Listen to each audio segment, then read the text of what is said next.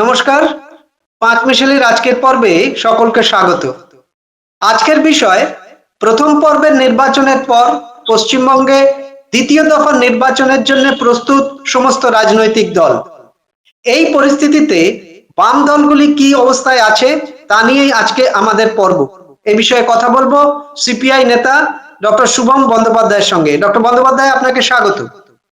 নমস্কার, ধন্যবাদ। আপনি প্রচারের কাজে প্রায় সারা বাংলায় ঘুরে ফেলেছেন এবং তাতে কি পরিস্থিতি আপনার চোখে ধরা পড়লো?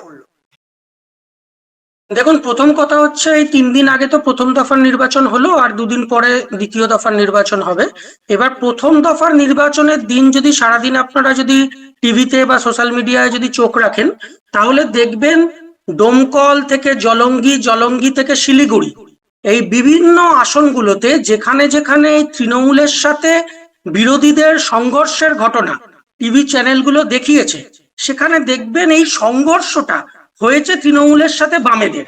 এবং আপনারা এটা নিশ্চয়ই জানেন, সেটা হচ্ছে ভোটের লড়াইয়ে শাসক দল বা বিশেষ করে তৃণমূলের মতো দল, তারা যখন ভোট লুট করার চেষ্টা করে, ভোট যে মেশিনারি, সেই মেশিনারির কন্ট্রোল নেওয়ার চেষ্টা করে, সেই সময় প্রতিরোধটা তারাই করে যারা সাংগঠনিক দিক দিয়ে তার কাছাকাছি বা সমান শক্তি সেই বিধানসভায় বহন করে।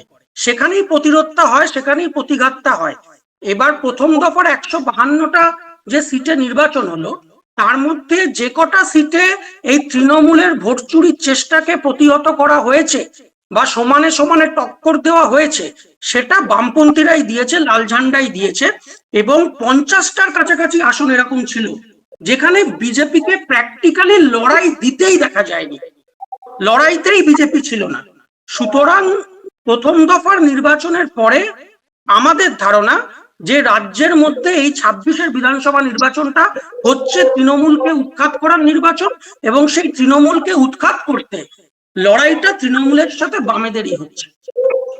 আপনি যে কথাটা বললেন যে সাংগঠনিক দিক থেকে বামেরা লড়াইটা দিতে পেরেছে শাসক দলকে, তার মানে এখনো পর্যন্ত বামেরা তাদের হারানো সাংগঠনিক শক্তি অনেকটাই ফিরে পেয়েছে বলে আপনি মনে করছেন?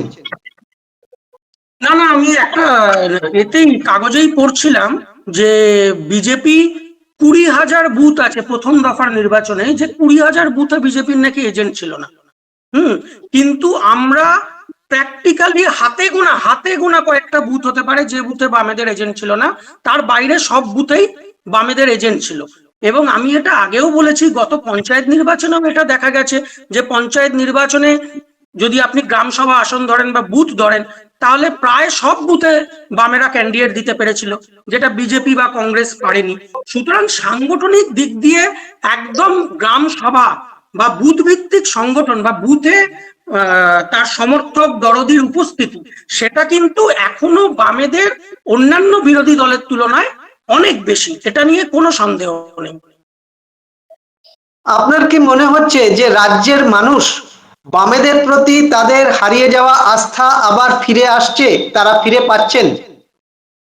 না না, দুটো বিষয়। একটা হচ্ছে এই নির্বাচনটা তৃণমূলকে উৎখাত করার নির্বাচন। তৃণমূলের এই যে বিগত 15 বছরের বেলাগাম চুরি, লাগামহীন দুর্নীতি, কৃষকদের আত্মহত্যা, ছাত্র যুবদের ভবিষ্যৎ অন্ধকারে তলিয়ে দেওয়া, অসংখ্য নারী নির্যাতনের ঘটনা, তার বিরুদ্ধে মানুষের মত দেওয়ার নির্বাচন হচ্ছে এই নির্বাচন। আর সেখানে এই বিগত কয়েক মাস ধরে এই বিজেপি এসআইআর প্রক্রিয়াকে ব্যবহার করে দশকের পর দশক ধরে ভোট দিয়ে আসা এই রাজ্যের বাসিন্দা বাঙালিদের যেভাবে আতঙ্কিত করেছে, যেভাবে ভয়ভীত করেছে, এবং আলটিমেটলি বিজেপি নেতাদের কথা মতো বিজেপি পরিচালিত ইলেকশন কমিশন যেভাবে নির্বিচারে মানুষের নাম কেটেছে, সেখানে এই নির্বাচনটা তৃণমূলকে উৎখাত করার নির্বাচন। আর বাঙালি বিরোধী বিজেপি যারা এই 91 লক্ষ বাঙালির নাম এই ইলেকশন ভোটার তালিকা থেকে বাদ দিল, তাদের বিরুদ্ধে রায় দেওয়ার নির্বাচন। সুতরাং স্বাভাবিকভাবেই যদি তৃণমূলকে হারানো এবং বিজেপিকে তাড়ানোর নির্বাচন এই 26 হয়, তাহলে স্বাভাবিকভাবেই বামেদের পক্ষেই সেই ভোটটা এসছে, মানুষ বামেদেরকে বিকল্প হিসেবে ভেবে নিচ্ছেন বা ভরসা করছেন। বামেদের প্রতি মানুষের এই ভরসাটা প্রধানত কি দলের তরুণ প্রজন্মদের সামনে এগিয়ে আসতে দেখে তৈরি হয়েছে? আমি বলতে চাইছি, তরুণ প্রজন্ম কি মানুষের আস্থা, ভরসা, বিশ্বাস আরো বেশি করে পাচ্ছে?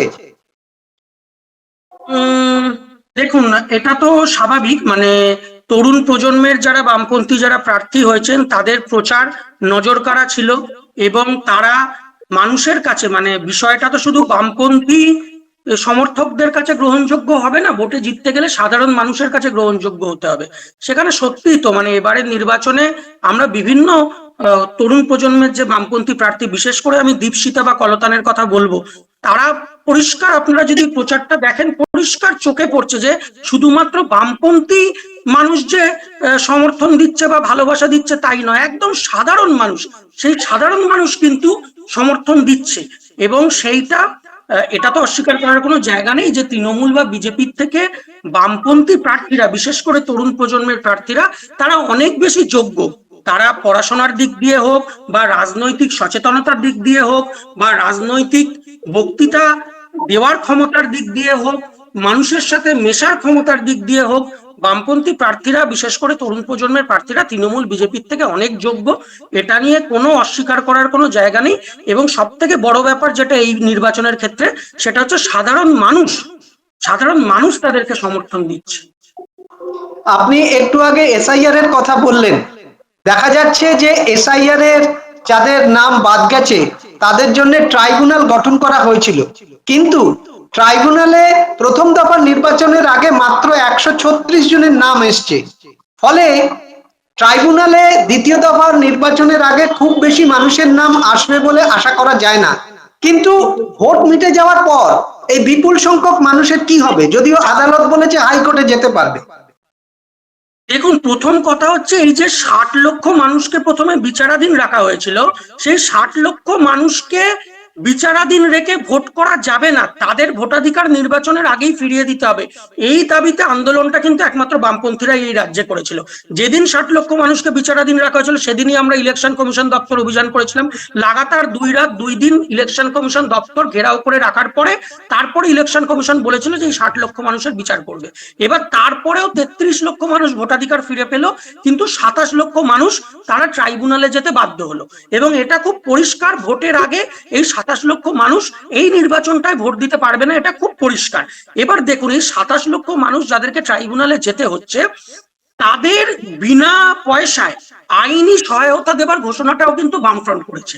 তৃণমূল এত বড় রাজনৈতিক দল, তারা রাজ্যে ক্ষমতায়, অথচ একজনও কিন্তু তৃণমূলের আইনজীবীকে আমরা দেখলাম না, বা তৃণমূল দলের পক্ষ থেকে কোনো তালিকা বের করতে দেখলাম না যেখানে তৃণমূল বলছে যে তাদের আইনজীবীরা এই মানুষগুলোকে বিনা পয়সায় আইনি সহায়তা দেবে। কিন্তু বিভিন্ন জেলায় জেলায় বামফ্রন্টের পক্ষ থেকে বামপন্থী আইনজীবীদের নামের তালিকা দেওয়া হয়েছে, যেখানে তারা এই 27 লক্ষ মানুষকে আইনি সহায়তা দেবে। এবং আমরা বলছি, ভোটের পরে তারা ভোট দিতে পারবে না, এটা বাস্তব, কিন্তু ভোটের পরে এই 27 লক্ষ মানুষ যাতে তাদের ভোটাধিকার ফিরে পায়, তার জন্য যা করণীয় সেটা বামপন্থীরা করবে, রাস্তার আন্দোলনেও থাকবে এবং কোর্টের লড়াইতেও থাকবে। এটা হচ্ছে একটা বিষয়। দ্বিতীয় বিষয় হচ্ছে আরেকটা বিপুল সংখ্যক মানুষের কথা কেউ বলছে না, সেটা হচ্ছে 58 লক্ষ মানুষ যারা এএসডিটির জন্য বাদ গেল শুরুতে, মানে অ্যাবসেন্ট, শিফটেড, ডেড এবং ডুপ্লিকেট। তারপরে যে 6 লক্ষ মানুষ, 5.5-6 লক্ষ মানুষ তারপরে যারা হিয়ারিং এর পর সরাসরি বাদ গেল, সেই 5.5-6 লক্ষ মানুষের সামনে কি রাস্তা খোলা এটা তারা বুঝতে পারছে না। তারা সব থেকে অন্ধকারে তারা পড়েছে। কারণ হচ্ছে এরা ট্রাইব্যুনালেও যেতে পারছে না, এরা কোর্টের সাহায্য পাবে কিনা, আদালতের সাহায্য পাবে কিনা, আদালতের দ্বারস্থ হলে তাদেরকে কিভাবে দ্বারস্থ হতে হবে, এগুলোও তারা বুঝতে পারছে না। আমরা বলছি, আমরা যে শুধুমাত্র 27 লক্ষ মানুষ যারা ট্রাইব্যুনালে যেতে বাধ্য হচ্ছেন, সেই 27 লক্ষ মানুষের পাশে যে আমরা শুধু থাকবো তাই নয়, এই যে 5.5 লক্ষ মানুষ যাদের সরাসরি হিয়ারিং থেকে নাম বাদ গেছিল, মানে আন্ডার অ্যাডজুডিকেশনে আসার পরে বাদ যায়নি, সরাসরি বাদ গেছিল, তারাও যাতে ভোটাধিকার ফিরে পায়। কারণ আমি বলছি, এদের মধ্যে অনেকেই আছেন যারা কয়েক দশক ধরে এই রাজ্যে ভোট দিয়েছেন, এদের মধ্যে অনেকেই আছেন যাদের বাবা মা কোনো কারণে 2002 সালে আগে মারা গেছিলেন বলে 2002 সালে তার বাবা মার নাম ছিল না বলে তার নামটা বাদ গেছে, কিন্তু তার দাদু ঠাকুমা বা হয়তো 4 পুরুষ 5 পুরুষ এই পশ্চিম বাংলায় ভোট দিয়েছেন, শুধু বাবা মা কম বয়সে মারা গেছেন বলে 2002 এর তালিকায় নাম ছিল না। এইরকম বহু মানুষ তালিকা থেকে বাদ গেছেন। সুতরাং আমরা বলছি যে এইরকম যারা ইলেকশন কমিশনের সঠিক বিচার পায়নি এবং হিয়ারিং এর পরে যাদের নাম বাদ গেছে তাদেরও আমরা পাশে থাকবো, এবং বহু সংখ্যক মানুষ এরকম আছে যাদের ইলেকশন কমিশনের এই যে ভুল, মানে 2002 সালে তো আর অনলাইন ডিজিটাল কপি কিছু ছিল না, সবটাই ছিল হার্ড কপি। এবার সেই যে 2002 এর যে ভোটার তালিকা, সেই হার্ড কপিটা এবার যে ডিজিটালাইজ করা হয়েছে, অর্থাৎ ইলেকশন কমিশনের সাইটে অনলাইনে তোলা হয়েছে, এই তুলতে গিয়ে এত বড় একটা তথ্য, এত বড় ডেটা, কোটি কোটি মানুষের ডেটা, সেই ডেটা তুলতে গিয়ে ইলেকশন কমিশনের ক্লারিক্যাল মিস্টেকে বহু মানুষের নাম, যারা 95 এর ভোটার কার্ড যাদের আছে, আপনারা জানেন ওই আমরাও ছোটবেলায় দেখতাম আমাদের বাবা মার 1-1-1995 এর ভিত্তিতে ভোটার কার্ড, যেখানে লেখা থাকতো 1-1-1995 আপনার বয়স এত, সেই যে 95 সালের ভোটার কার্ড, সেই 95 সালের ভোটার কার্ড তার বাবা মার আছে বা তার আছে, সে 96 এর বিধানসভায় ভোট দিয়েছে, 2001 এর বিধানসভায় ভোট দিয়েছে, কিন্তু 2002 এর তালিকায় সে নামটা খুঁজে পায়নি, কারণ হচ্ছে ইলেকশন কমিশন তুলতে ভুল করেছে নামটা। সুতরাং ইলেকশন কমিশনের এই ভুলেও বহু মানুষের নাম হিয়ারিং এর পরে সরাসরি বাদ গেছে।